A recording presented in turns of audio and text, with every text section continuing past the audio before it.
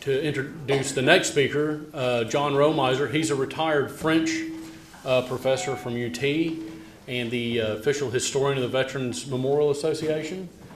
And we're really pleased to have him here. And I should, before I let you speak, I'm sorry, there are a couple announcements I need to make. The first is we are going to cancel our trip down to the memorial since John's going to have loads of pictures, but also because it's too hot. And we thought that would save everybody a lot of time and trouble, and John could just show us here. And the second thing is to say that at Howard Baker, the doors and bar will open at 5:30, just so that everyone knows. So you've got time to get there when we're done here. Okay, John, I'm going to turn it over to you, sir. Thank you very much, Warren. Appreciate it. Good. In fact, I need to get my little prop here. I will be, it's great to be here with you all. I love this organization, and one of the first things I did once I realized there was something called, what are they, Families in East Tennessee. And I thought, well, look into this. And I found out, now there's somebody from, Tennessee in my family. I lived in Memphis for a number of years, went to graduate school in Nashville at Vanderbilt, found my way over here. And lo and behold, I started working on Ancestry, and I found out I had Quaker relatives that were up in Greene County, Greenville, Tennessee, that had come down through the Appalachians and all that. And they were there before Tennessee became a state. So thanks to this organization, I have that. I don't have the license plate. I've not bought the T-shirt yet. But. And speaking of buying things, Warren, it was just called my attention. This book is not on the book I did with Nick on McCall on the memorial. It was not on the display table out there. I'll have a word with him. Okay. I will be referring a lot to this book, and it was a labor of love. It was something I became involved with the East Tennessee Veterans Memorial Association, and I'll start the PowerPoint right now, through a friend who became a friend named Bill Felton. I don't know if you ever heard of Bill Felton, but he ran an insurance business here in town, and he was a big patriot. He had served in the Army, and he became the sort of spark that got us thinking about having an actual stone memorial here in Knoxville, because there wasn't anything. So he asked me to come on board. I had taken students to Normandy on a number of occasions. So I had that connection. I was not a Normandy, scholar in that sense, but I learned a lot by being around those who did know. And so the book basically came together over a period of years, and I'll be referring to different chapters and pictures here as I go forward. And I want to, first of all, if you notice, it's co-written, me with Jack H. McCall Jr. Jack, I don't know how many of you know Nick McCall, who passed away recently. He was very involved with East Tennessee, East Tennessee Memorial group, and brilliant guy. He was an attorney for many years at TVA. He retired early, and here is a little tribute to Nick. He just a brilliant guy. He and I worked really well together. I kind of helped lay out the book and the topics that I thought were important, and we would debate that and go back and forth. And he eventually helped me so much because he knew the military side so much better than I did. And he is missed, isn't he? A wonderful guy, passed away in August, way too young. Now, the memorial itself, how many of you actually been to see the memorial? Well, that's great. Oh, wow, good. It'll be there waiting for you when it cools down. That's a tough place to be when it's hot over there. I know what that's like. Have any of you ever done the reading of the names at the memorial? Okay, that's cool. That's great. That's on Memorial Day, and that's a great tradition. We read more than 6,000 names that are on the memorial. Okay, here's just a shot of a memorial at night, very nice. Here, a picture of Bill Felton. Bill actually had gone to Normandy with his wife some years back, and he was just, blown away by the experience. And when he came back here, he's looking around, do we have anything like this in Knoxville? No, and so that's where the seed was planted for this amazing site and memorial. Now, it was, we go on to this right now. These are the ones who were involved in helping to fund it. It didn't fund itself automatically. We had to make some trips to Nashville and speak with some legislators out of Washington. And we went round and round on the site. There were several sites that we looked at, but this one made the most sense because of its sort of centrality. And it's kind of nice because in the summer you've got all those fountains going up and the kids in the park, and it's just a joyous place. And this is a place that people will go over. I've seen them sort of go over and start looking for names. Let me see. Let me go back to this. Let's see. Well, keeps going away. Okay, I'll keep going. I know most of this already. So, yeah, and the memorial was built, really, it was kind of the nexus where it really sort of came together was around 1998 or so, and then by 2008 it was done. It was dedicated, and it's beautiful still. Now, let's see. I think everything I've covered is on there right now. Let me go on to the next slide. Okay, you'll see the names. There are a lot of names on the memorial, and they continue to grow. I've been involved with researching those new names that are brought to my attention as kind of being the historian for ETVMA. I do research, ancestry, and other sites. And then it's sent on over to the board, East Tennessee Veterans Memorial, for approval. And I think it was 3 or 4 names that were added this year, right, Jolene? There are actually 4 women listed for World War II on the monument, and 15 Medal of Honor recipients. We have been real involved with and especially Jolene knows very well, with the Medal of Honor group and conventions. They were here last in, was it 2022?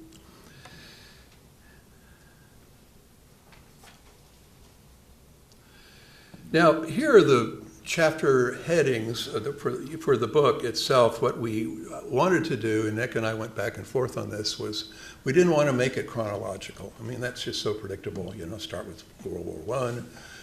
And by the way, the decision, several people said, well, why don't you have the earlier conflicts like the Civil War? I said, are you kidding? The Civil War here?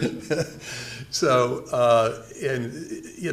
so we just thought World War I was a suitable place to start. And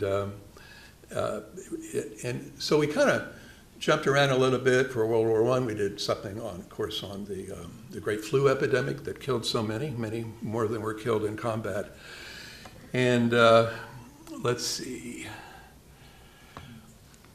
So you see the chapter layout. Unfortunately, here, I'll just look around here. It'll be better. Yeah.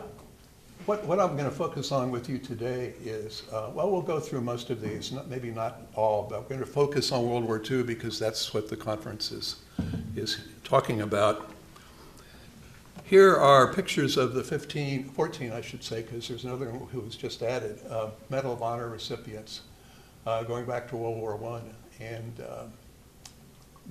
on the memorial we have, each one has a stele, a block of stone where they are remembered. And you may have read about Larry Taylor. Larry Taylor is from around Chattanooga area, increasing valor in Vietnam. You may have read about his story. He passed just this past January. He did get the recognition, and so he's the last name that's been added, and probably that's going to be it, I would think. Just going back very quickly, two names. One you'll recognize probably more than another, but on the left is Kiffin Yates Rockwell, who became a famous World War I pilot that was eventually brought down by a German fighter. He joined the French Army, and he's actually remembered on the Pantheon in Paris, on the walls of those from other countries who helped save France from the Bush, as they call them, the Germans. I'll bet anyone don't recognize who he is. Yeah, yep, there's the airport, and here's McGee Tyson. Exactly. He went down in flames. A plane was shot down over the North Atlantic in World War I. Very dashing fellow. These are other chapter outlines we have for World War I. The Old Hickory 30th Division that is remembered with lots of stories related to it. We have, I was about to focus more on this, but we don't have the time. The horrible sinking of the USS Indianapolis. We're coming up on the 80th anniversary of that. 22 from East Tennessee went down with the ship. What's interesting about them is really kind of a cross-section of cultures and things.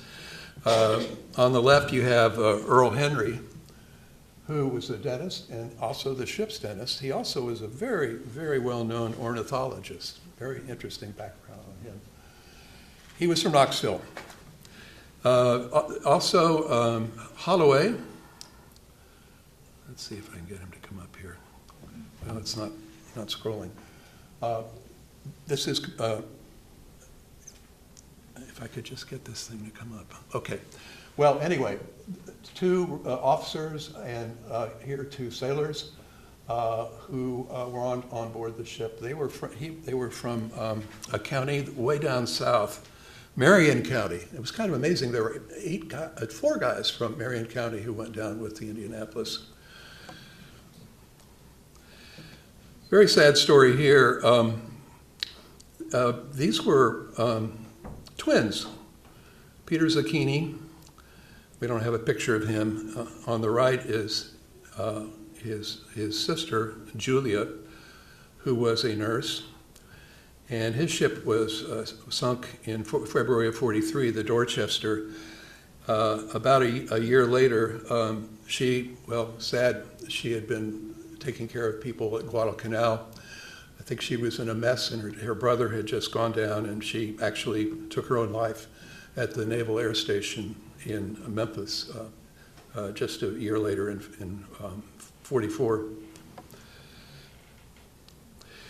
Stories of bombers. Great stories of bombers. Here we've focused on the last 2 U.S. bombers to fall on opposite sides of the world at war. And on the left you have Howard Goodner, who was the pilot of the B-24 Black Cat. He was from Cleveland, Tennessee, shot down over Bavaria.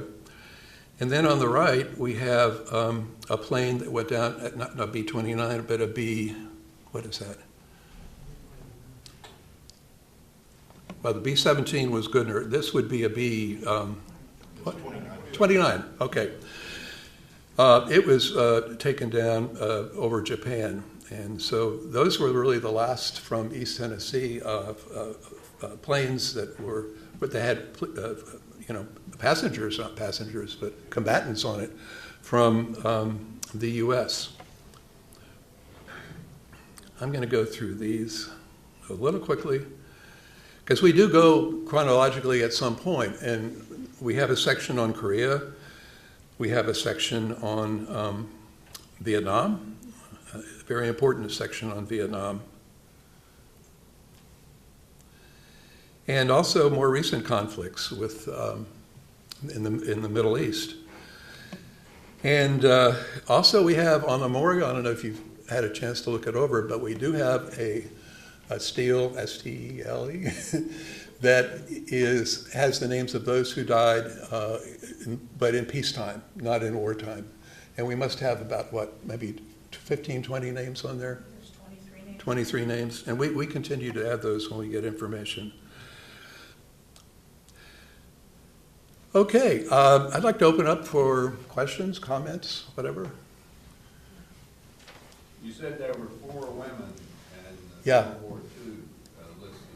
Julia Zucchini was one. There was a woman who was a nurse who died of an illness during World War II, and there were 2 others, yeah. What about other wars? What about Korean or Vietnam? I don't have any, we don't have any information. No, there was a woman, actually one of them, it was a Vietnam. She died in Iraq or something, She's a clerk typist. in Germany, Yeah, she's yeah. 3 were World War II and the other one was Vietnam, yeah. We also have a father-son combination. That's and right. Several pairs of brothers. Yeah, testers. The Testers. Testers, that's quite a story, that's in the book too. Yes?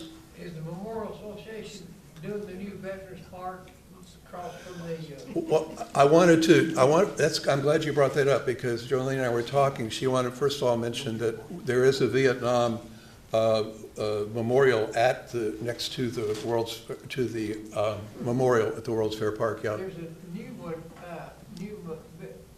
Yes, veteran memorial across from the cemetery on John's Correct. Beard. It's under construction now.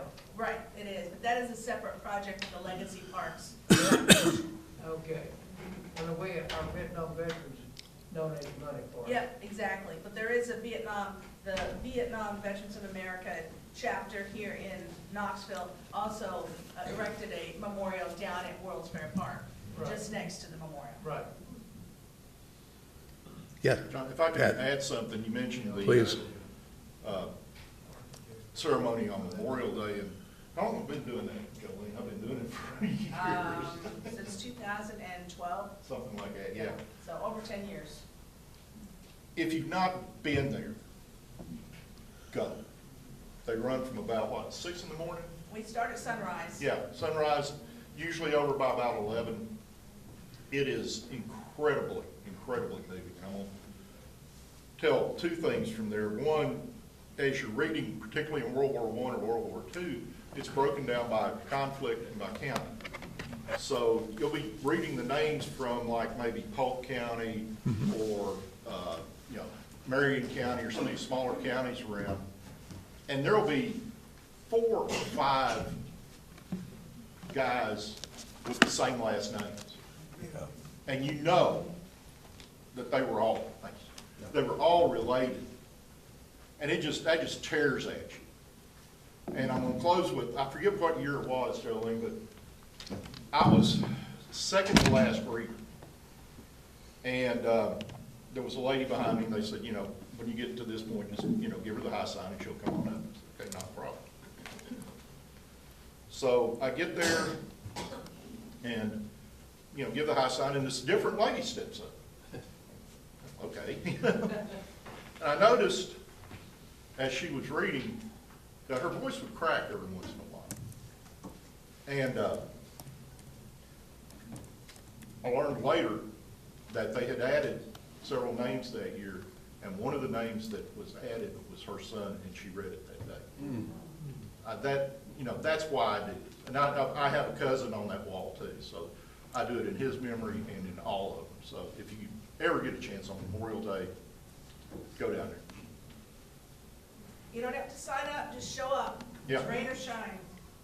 And some years we'll have 20 volunteers, and they just keep reading, because that's all we have is 20 people. Some years, this year it was beautiful, we had about 150. So we do it, we do a dedication, and then the American Legion Post 2 does their normal Memorial Day ceremony following. So from about 6 a.m. until about noon after Memorial. Okay, anything else? Going back, especially like World War I, World War II, do you Uh-huh. have any frame of reference for soldiers of color who you've been able to identify, and have you had any challenges trying to identify those?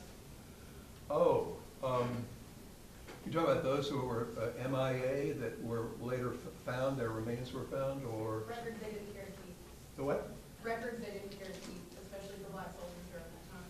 Well, it's a good point. We do have some black soldiers who served in World War II on the memorial. I don't think World War I. The records, of course, the World War II records can be very difficult because of the fire, there in Missouri, St. Louis, I guess. I don't, there's so much on Ancestry now, also people will, when they have a name that they want to suggest that should be on the memorial, we have several people researching along with me. One of them is in the Netherlands. She's amazing. And she gets into files and archives I don't know, I've not been able to get into. So we're usually able to, again, we don't have a lot of, Knoxville traditionally over the years not had a large black, or East Tennessee, not a huge black population. So we don't have that many records like that yet. If I could throw in, the TSLA, the Tennessee State Library and Archives, has identified at least two guys, because I talked about them, from Middle Tennessee. One of them was from Murray County, and the other one was from, I forget which one. Anyway, but they were killed during World War I, but they were part of the 93rd Division in World War I, which was kind of broken up and put in with the French Army, so records are all scattered all over the place. I don't think there were any in the 30th. Were there any blacks? No, when what's his name? Reese Amos put together Knox County in the World War, there were none. None. Yeah, I've seen that book. It's beautiful. Well, he didn't. There were none included in the book, unless they're in that. There's a whole list of names, that they didn't have pictures for. But somehow I don't think any of them made it. Okay. There was a young lady from UT who did her master's thesis on African American soldiers in World War I from Knox County, and I had to feel for her, because as I was reading this thing, it was like she got her topic and she got it approved and she got it narrowed down to where she could write about it, and then she found out there was nothing. Oh. So she just had to kind of stitch together stuff, and it's good, but it's not Knox County specific. I got it.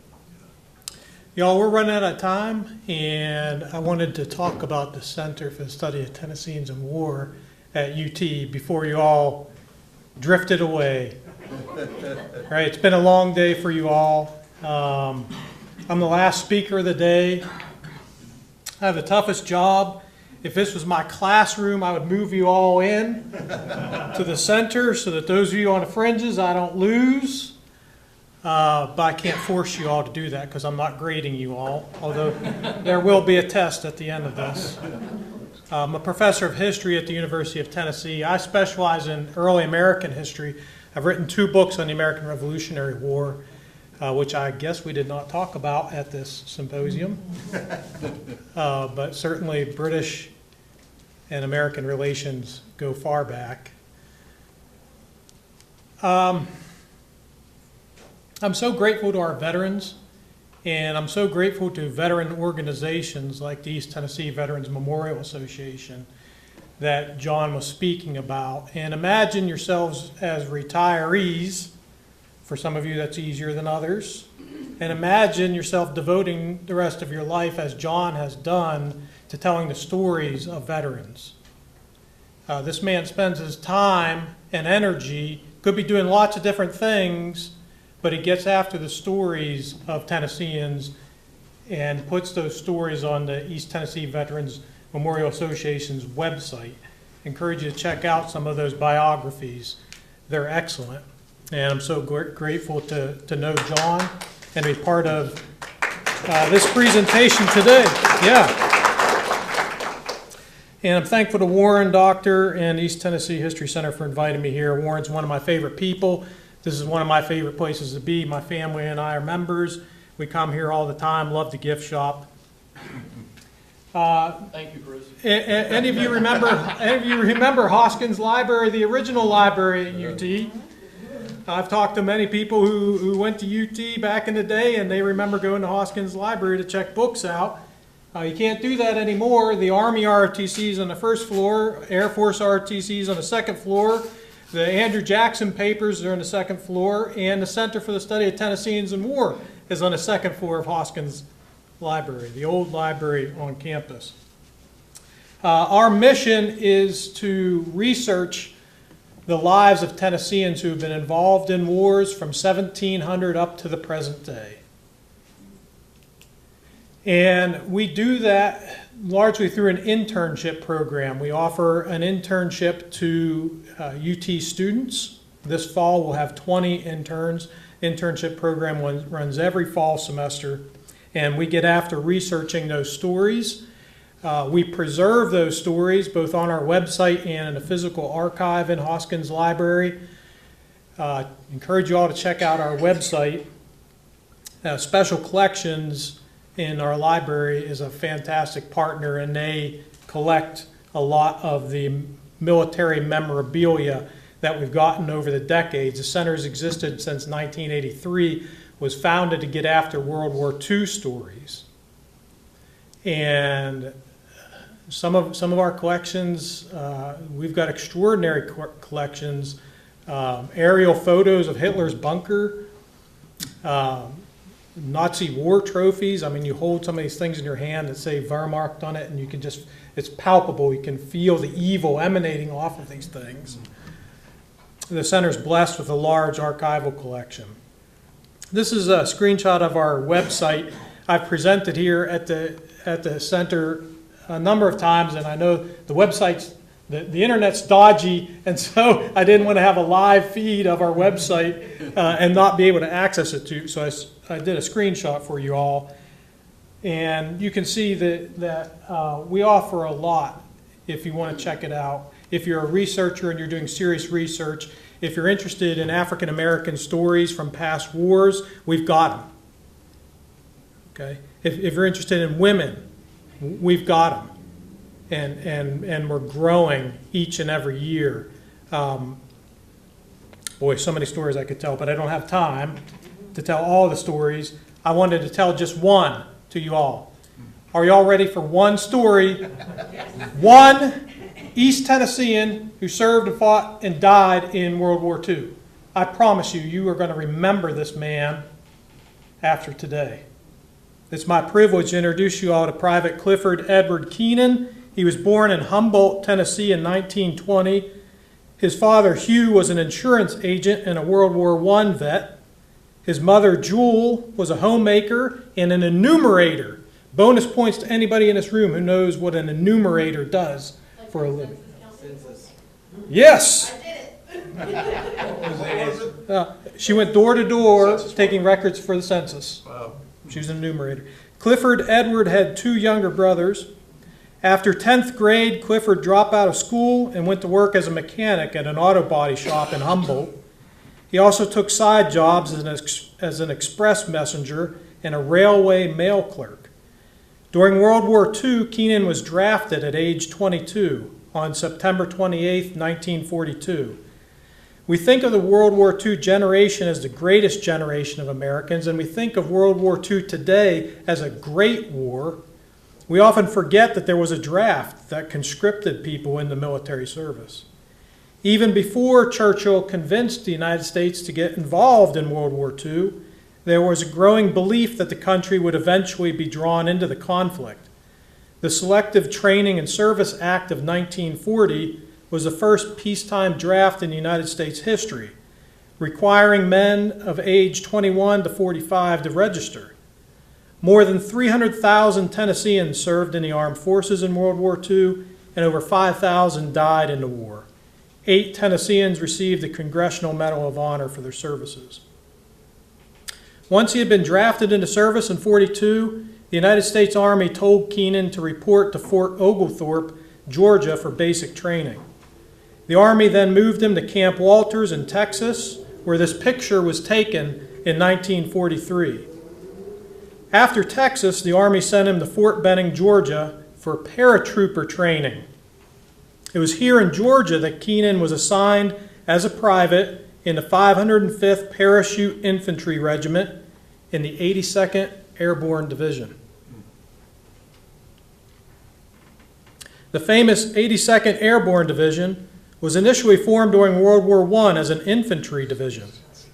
It was reactivated in 1942, and at the same time it was redesignated as the very first airborne division in United States history. This was an experiment in modern warfare. They weren't even sure what to call it. The hope was that parachute infantry, military parachutists, or paratroopers could be trained to jump out of airplanes. Hey, there's this new gadget. It's an airplane. Maybe guys could jump out of it and fight. Will they survive? We don't know. Let's try it. Most paratroopers only carried small arms and light weapons. United States military leaders believed paratroopers could quickly deploy in surprise attacks to seize strategic positions behind enemy lines such as airfields, bridges, and major roads. And it's worth stressing that World War II was the first war to witness large-scale paratrooper operations. The 82nd was the first airborne division, and Keenan was right there with them, serving in the 505th Parachute Infantry Regiment in the 82nd Airborne Division. Private Keenan first saw action in Operation Husky in 1943. The Allies used a combination of amphibious and airborne troops to invade the island of Sicily as part of a combined campaign to take Italy back from the fascists. Keenan and the 82nd Airborne parachuted behind enemy lines, blocked roads, allowed amphibious forces to land, and they captured 16 machine gun nests in that successful effort in Sicily. Having achieved victory in Sicily, Keenan and the 82nd Airborne Division moved on to their next mission, Operation Avalanche. On September 14, 1943, a group of 2,100 of the 505th, Keenan included, parachuted onto the beaches at Salerno. Over the next 15 days, the 505th pushed inland, liberating Italian towns until they had captured Naples, the boot of Italy. This was the first major European city to fall to the Allied forces, and Private Keenan was there. Following the liberation of Naples, the 82nd proceeded to England and spent some time there preparing for the invasion of Normandy, France. In the military, D-Day is a day on which a combat attack or operation is to be initiated. Best known D-Day we all know is during World War II on June 6, 1944, the day of the Normandy landings, initiating the Western Allied effort to liberate Western Europe from Nazi Germany. D-Day stands as one of the most complex military operations ever performed by man. It is the largest seaborne invasion in history.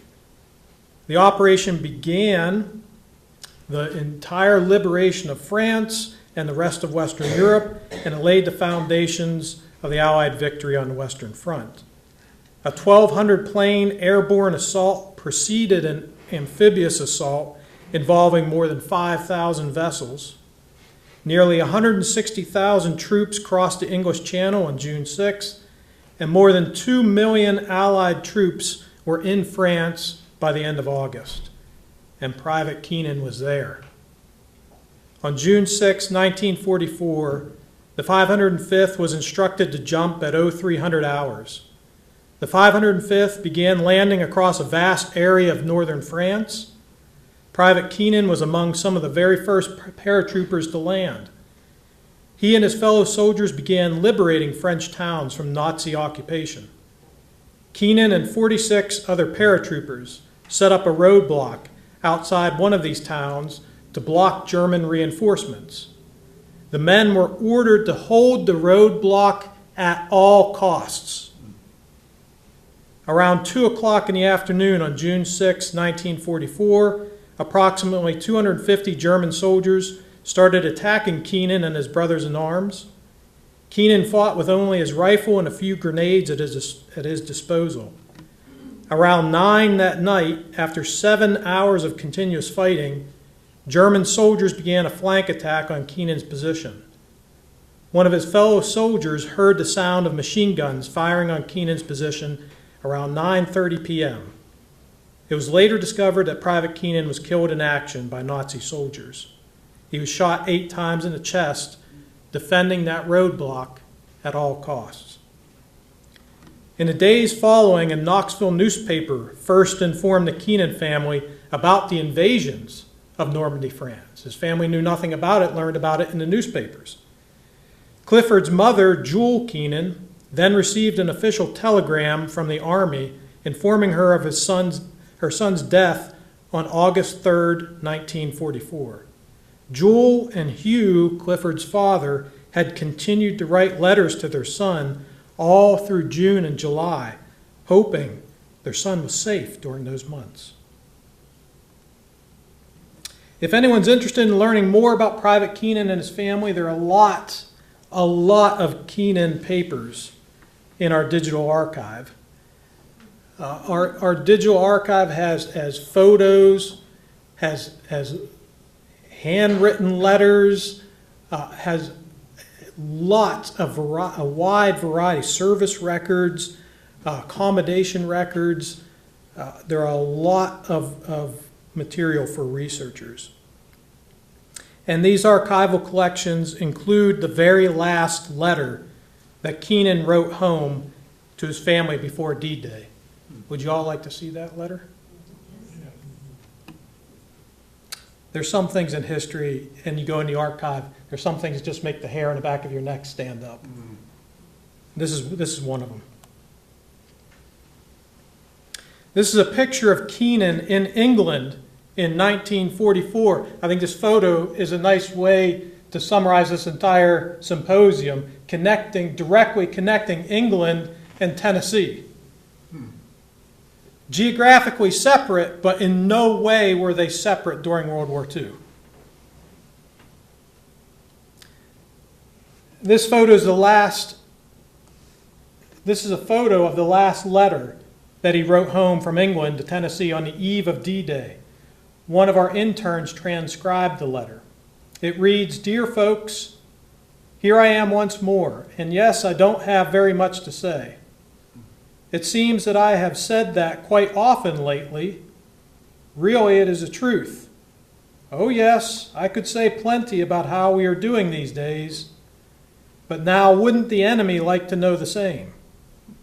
So you see, nothing much to write about. Hope no one else has taken the scarlet fever, but I'm afraid that isn't the case. Well, do the best with your patients you can. Before long, maybe I will be able to give you a hand, or maybe I'll be so wild I will just hinder you both. Oh well. Say, Mom, how about doing me a favor? I know you're busy and all that, but how about writing to my mom over this way?" And the soldiers, when they're stationed in England before D-Day, some of them had mothers taking care of them in England, and God bless those women. How about writing to my mom over this way? She does enjoy your letters so much, also the clippings. Hope you didn't mind her reading some of them. Hello to all. And then he gives the address of Mrs. G. Smythe on 18 Clifford Road in Loughborough, England, and says, "Love, son Clifford." And then here is the letter sent to Mr. Keenan granting Private Clifford Keenan a Purple Heart on September 17th, 1944. "Dear Mr. Keenan, at the request of the President, I write to inform you that the Purple Heart has been awarded posthumously to your son, Private Clifford Edward Keenan, Infantry, who sacrificed his life in defense of his country. Little that we can do or say will console you for the death of your loved one. We profoundly appreciate the greatness of your loss, for in a very real sense, the loss suffered by any of us in this battle for our country is a loss shared by all of us.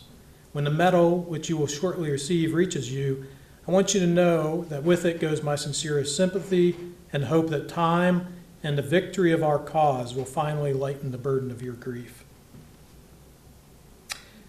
Tennesseans answered Churchill's call to arms. They fought against Nazis. They fought against fascists. They risked all costs to achieve victory, and so did their families back home. Thank you for your time.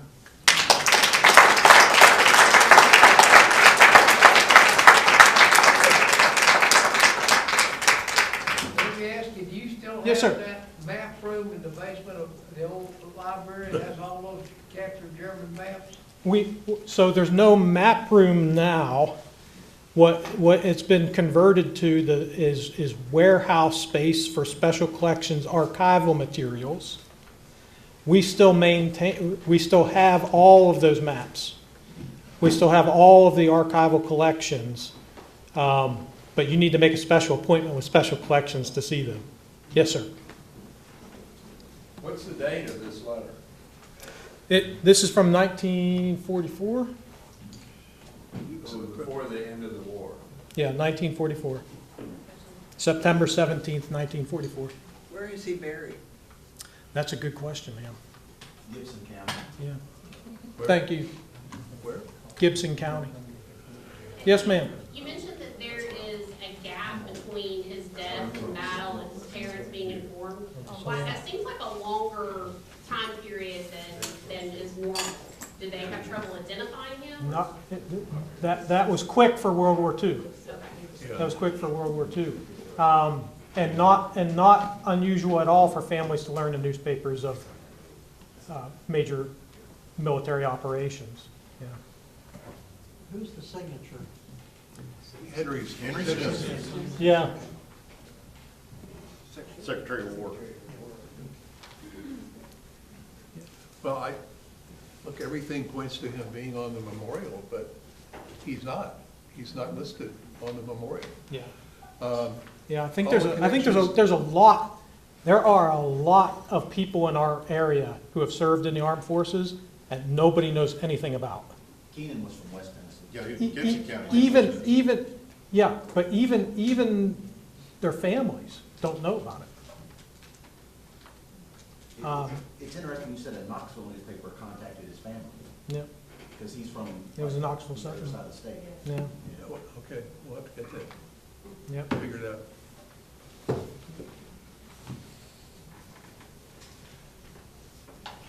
All right, thank you all.